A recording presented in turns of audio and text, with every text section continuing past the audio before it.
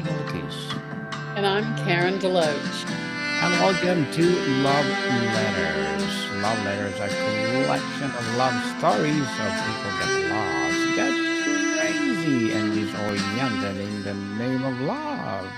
Another week, another great episode. Creating a meaningful marriage in a digital world. Imagine, how are you, Miss Karen? Happy Thanksgiving! I'm doing fantastic. We've been eating a lot and enjoying our time together as family. I hope all our listeners have had family to share a wonderful meal with this time. Yes, I hope so too, because Thanksgiving is all about family. Being thankful for everything is something else. Don't you think, Miss Karen? Absolutely. Being thankful what you have and not complain about what you don't have. That's a key. Yes, and today we are so grateful because another letter sender sent to us a powerful message. And Miss Karen, with no further ado, can you please read our letter for today? Absolutely. Hold on to your hats. It's a long, beautifully written letter. So I want you to hear it all the way to the end. Dear Yes. Daniel and Karen, we write to you from the middle of a world that never logs off. Screens glow late into the night while hearts quietly search for real connection. We are more connected than ever, yet many feel more alone than before. Marriage now lives not only in homes, but also in timelines, inboxes, and devices. We humbly ask for your wisdom on how love can stay sacred in such a noisy age. Every day, we're invited to compare our private lives with public perfection.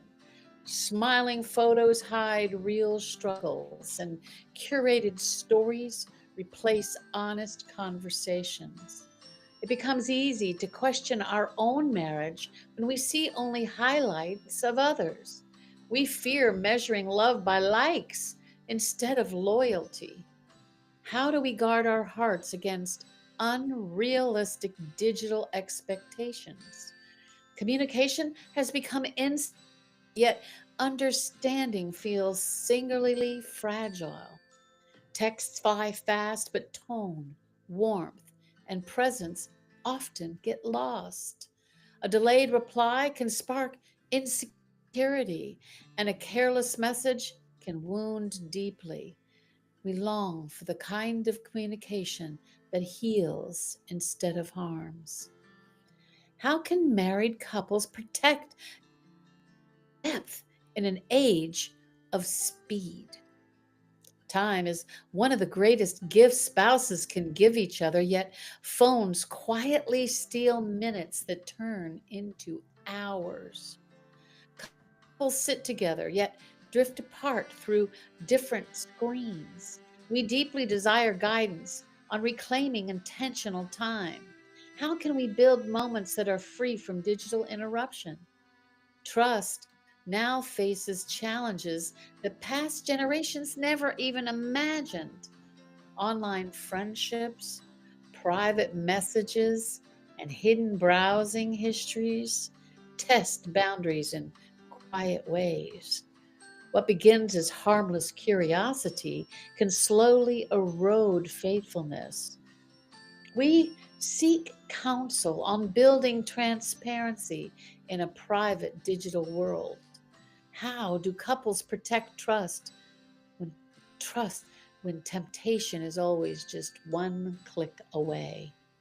Intimacy was once built on whispers and shared silence. Now it is often replaced by constant online noise. Couples may share everything publicly, yet feel emotionally disconnected at home. We ache to restore closeness that does not depend on posting or validation. How can spouses nurture emotional intimacy beyond the glowing screen? Conflict in marriage now often unfolds through keyboards instead of conversation. Words typed in frustration are stored forever, unlike spoken words that can soften with tone. Digital arguments remove the grace of immediate reconciliation. We long to learn how to disagree without disconnecting. How can couples fight for unity instead of letting technology deepen division? Values and faith are meant to be the compass of marriage, yet constant digital stimulation weakens reflection and spiritual stillness. Prayer, conversation, and shared purpose struggle to compete with constant notifications. We yearn for guidance on keeping our foundation strong. How can couples spiritually anchor their marriage in an unanchored world? Rest has become rare in a world that never sleeps. Many couples carry digital stress into their bedroom, at the dinner table, and even sacred moments. Burnout silently replaces tenderness and patience. We long to create rhythms of rest that restore love instead of draining it. What practices help couples truly unplug and reconnect? Daniel and Karen write not in despair, but in deep hope. We believe meaningful marriage is still possible in every generation. We believe devotion can outlast distraction. We believe real love is stronger than the algorithm. Please share with us how to build a marriage that is rooted in presence, protected by purpose, and strengthened by commitment in this digital world. Sincerely, Shannon. What a long and wonderful letter indeed, Miss Karen. And thank you, We have Shannon. some listeners, woo, that are very talented letter writers, don't we? They are They very are. good at communication in letters. And you know what, Daniel, that is one of the secrets and hints that I would like to share momentarily with our viewers about letter writing. The old-fashioned kind of letter writing, not a text, not an email, but actually Mm-hmm. taking out pen and paper and writing your thoughts and feelings. It is never out of style. I don't care what generation you are. There's nothing like receiving a handwritten letter or note from somebody you care about. It it's an opportunity, and and writing doesn't have to be your gift to do it. All you have to do is say something real, something that is on your heart about the person you're writing to. And it's easy to do, easier to do than you can imagine, especially if you start practicing this incredible way, old-fashioned way to connect with your partner. Old fashioned way indeed. And Shannon, thank you for the letter. And choose presence over distraction every single day. Love is not a built in grand moments alone, but in a small, faithful attention. Just like Miss Karen said, write a letter by your hand, not by text. Put the phone down when your partner is speaking. Eye contact still carries more power than any message. What you consistently give your attention, it will grow. Protect your private world from a public noise. Not every struggle belongs online. Comparison is one of the quiet enemies of contentment. Guard the sacred space of your relationship. What is nurtured in privacy becomes stronger in public. Mm. Yeah, that's so true. Comparison, Daniel, is incredible incredibly. We talked about that last episode a little bit, comparison, when we were talking about our children, but it's certainly true with our spouses, our loved ones, our paired we're paired with, is we're not about comparing them to anybody else or comparing our marriage or our relationship with anybody else's. As this letter writer, as Shannon described, we see only bits and pieces of people's marriages online or in movies or in TV shows. It's not the whole picture. And so comparing can be extremely destructive, and it can steal your contentment and joy, as Daniel just said. So avoid comparisons. Avoid, yes. Communicate with courage and with kindness. Speak your truth without using words as a weapons. Silence can wound just as deeply as a harsh speech. Listen to understand, not just to respond. Healthy communication is the heartbeat of lasting love. So you love with some discipline, you say you'll work. Romance that not survive in leftover time. Date each other again and again, even when life feels overwhelming. Intentionality create moments that belong only to the two of you. Love grows where time is protected. Yes, and one of the things that I know we made a choice of in our marriage is that we don't have a television in our bedroom on purpose. It's Mm-hmm. not the place for our digital world. We use our bedroom for our time, our quiet time, perhaps Bible reading or book reading, but we don't use that time to put the TV on or to watch stuff. Sometimes we'll listen to a Christian message together, but it's always about really inspiring connectedness and not division. So think about those kind of things in your own life. What kind of boundaries can you establish and be in agreement with together that will help nurture your closeness and intimacy as a couple? Indeed, and Shannon build trust through transparency, not perfection. You will fail each other at a time, but honesty repairs more than secrecy ever protects. Honesty is the best policy once again. Let your yes be clear on your no be respected. Trust is not built into one grand act, but through a daily faithfulness. What is hidden quietly weakens what is visible. Learn to fight for the relationship, not against each other. Conflict is a normal, but cruelty is a choice. Disagreement should never become a character attacks. Seek solutions, not victories. When love wins, both hearts are protected.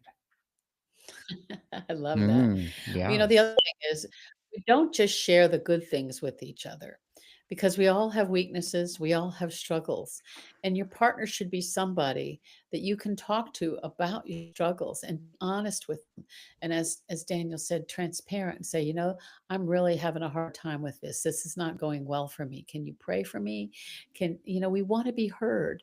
We want that one person to know us and to love us for who we are, not just for what we can do for them, but to be heard and to listen, truly listen to your partner and hear their heartbeat and respond in love, not in anger and certainly not in rejection ever.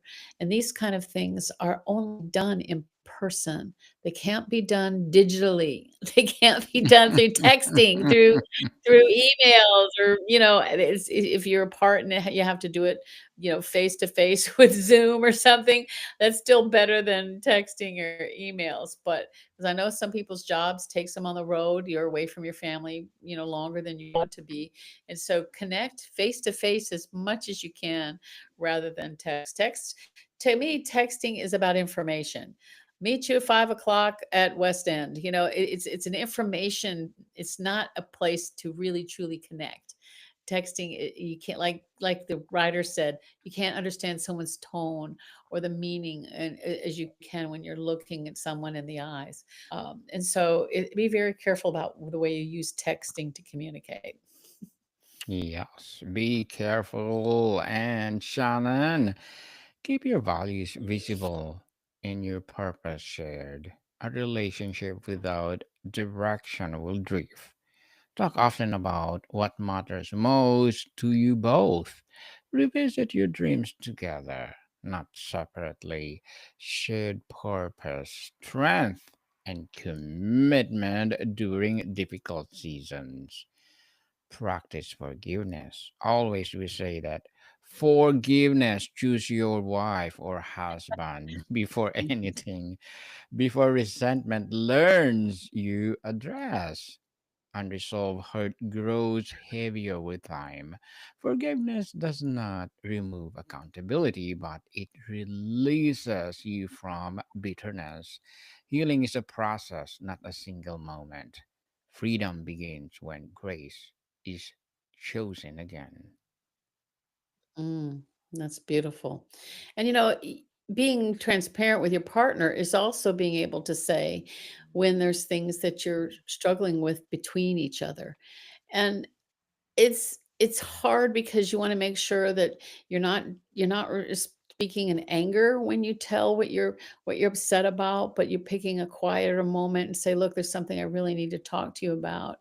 Find those quiet moments to be able to say, "Look, this isn't going this is really bothering me. Can you help me with this?" Or, "What can we do about this situation?" Find a way to compromise together, find a way to find a solution together as much as possible, and not just throwing accusations at each other, but sharing, honestly what's the problem. And hopefully, if you share with your partner what your problem is, that they'll share what theirs is also.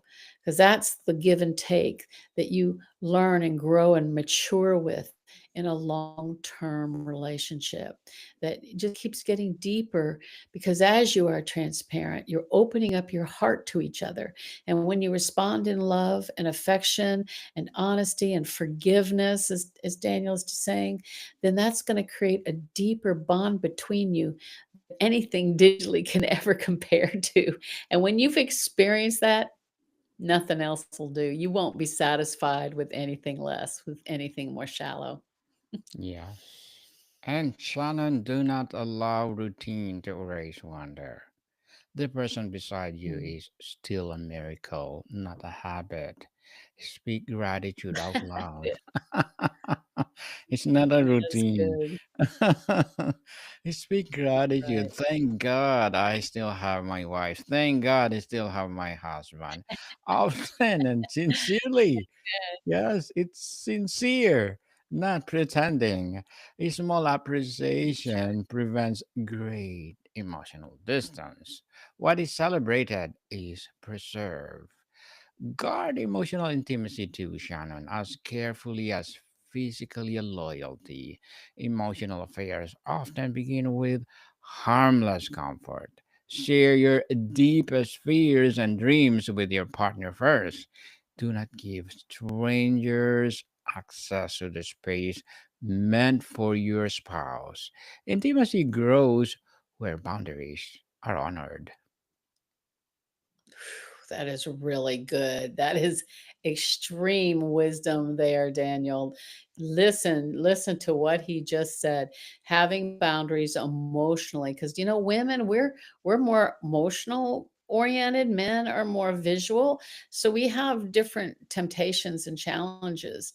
And for us, if we're feeling like, oh, we're not getting our needs met emotionally with our spouse, we may be unknowingly opening up a door that we will definitely not want to travel down if you want to preserve your marriage. Don't do that. And, you know, I mentioned this at the beginning about letter writing. And, even if you don't intend to have your spouse have the letter, if you write and journal what you're feeling and thinking and take these things to the Lord, because the truth is, we all have a God sized need in our heart. Our spouse is never supposed to fill that space, it is reserved for Holy Spirit. And He can certainly give us answers that maybe our spouse can't give us, or He can also give us wisdom on how to love our spouse better. Because if we're better lovers of our spouses, I promise you, they won't want to turn their hearts anywhere else. So be the faithful listener that you want your spouse to be. Yes, definitely. And Shannon, learn the language of your partner's heart. What makes one feel love may not affect the other the same way. Some need words, others need time, touch, service, or gift. Love becomes powerful when it becomes personal. Understanding multiples or multiplies affection. Make a rest, spiritual discipline in your relationship. Exhaustion, steal patience and tenderness. Protect your sleep, your peace, and your quiet moments together. A rested heart loves more gently. Burnout is not a Mm. badge of honor in marriage. Yeah, I want to share. Can I share a personal story about what Daniel Yes, just go ahead, talking Miss. about? I married a man who had really suffered deep abuse in early childhood. And as a result, there were a lot of walls up, not just around his heart, but also around his person. I grew up in a big immigrant family with lots of affection. And so here I'm a touchy-feely person and he's a "I don't touch me" person. Well, you think, "Oh my goodness, there's an example of opposites attract." But don't you know inside he longed for that personal touch. He longed for that touchy-feely freedom that God really wanted us to have in the marriage. And even though at first I had to really get that need met from the Lord, not my husband, because he couldn't give it to me yet. Not at first. It was something foreign to him. And I'm telling you, as we've grown together, so has that ability to give each other what each other needs. It wasn't easy at first because it's not natural, because you may not speak each other's love language. And that's something you learn for each other. What does speak love to you?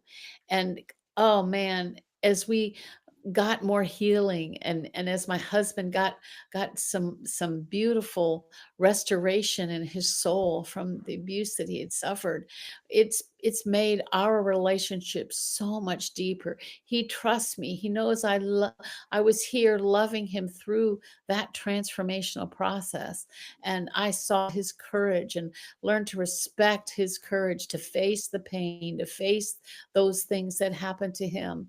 And as a result, it brought a deep rooted, not just Christian foundation, but a very affectionate and trusting foundation between us. He knows he's loved. I know I'm loved. And it is precious and it's worth protecting, preserving, and nurturing. Preserving and nurturing. I like that, Miss Karen. And Shannon, grow individually so you can grow together. A healthy relationship is Mm. made of two people, not two empty ones. Invest in your personal growth with humility. When one grows, the relationship must be invited to grow as well. Growth without unity creates distance. Choose commitment even when feelings fluctuate. Feeling rise and fall, but was are built to carry you through both. Love is not only the way you feel, It's what you decide. Every lasting relationship is tested by seasons of doubt. Commitment is what carries love through the fire.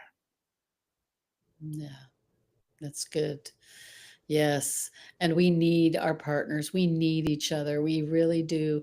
We need that kind of commitment. We need that kind of intimacy way more than we need our electronic digital devices, at least in our Yes, relationships. yes.